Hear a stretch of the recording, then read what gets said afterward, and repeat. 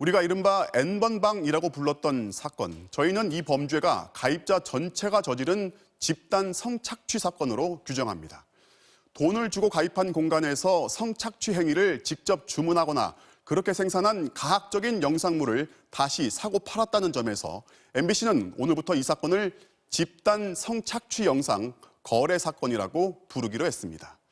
경찰이 오늘 박사라고 불린 이 사건의 주범 24살 조주빈의 신상을 공개했습니다. 성범죄로는 처음 나온 결정입니다. 먼저 홍익표 기자입니다. 경찰이 신상을 공개한 조주빈은 올해 만 24살로 인천 모 전문대 정보통신과를 졸업했습니다. 경찰은 법조인 등 외부위원이 포함된 심의위원회를 연 지 30분 만에 조 씨의 신상을 공개했습니다.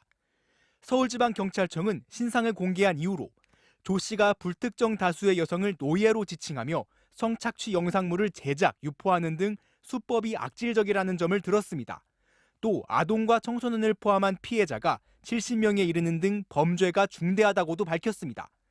경찰은 피의자의 인권 보호도 중요하고 신상 공개로 인해 가족 등에 대해 2차 가해가 있을 위험도 있지만 잔혹한 범죄를 저지른 만큼 국민의 알 권리와 공익을 위해 신상 공개를 결정했다고 설명했습니다. 박사방 사건은 아동, 청소년과 여성의 삶을 송두리째 앗아가는 잔인하고 충격적인 범죄입니다. 국민의 알 권리 보장, 피해자의 재범 방지, 범죄 예방 효과 등 공공의 이익을 종합적으로 고려하였으며 지금까지 경찰이 파악한 피해자 수만 미성년자 16명을 포함해 모두 74명입니다. 조 씨의 신상 공개는 성폭력특별법 25조에 규정된 조항에 따른 것으로 살인범죄가 포함되지 않은 성범죄만으로 신상이 공개된 건 조 씨가 처음입니다.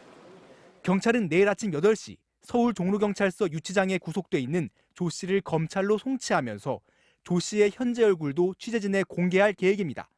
MBC 뉴스 홍익표입니다.